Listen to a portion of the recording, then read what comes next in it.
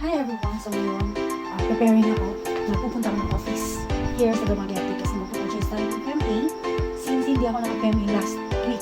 So last day ngayon para sa mga hindi pa ST sa pagkakalam ko ha. Pero since umuulan, dapat kanina pa ako bago umalis kaya naulan ng ulan. So ito yung look natin today. Basa pa yung hair ko pero tinali ko natin. So ganyan kasi umuulan. Actually, pwede naman mag-purchase ng PMA sa online.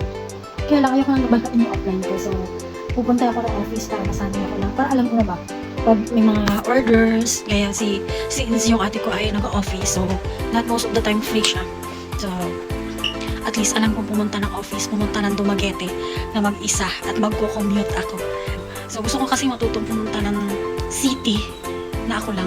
Kasi, nasanay ako na pag pupunta ako ng city, sila yung kasama ko lagi.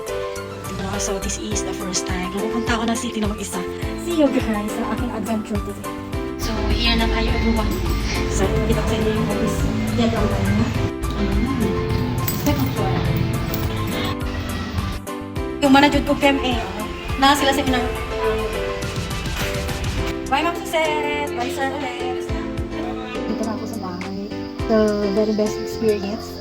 Ganun pala mag-PMA. Ang cute lang. Mag-PMA sa office. So, that's it for now. See you again guys.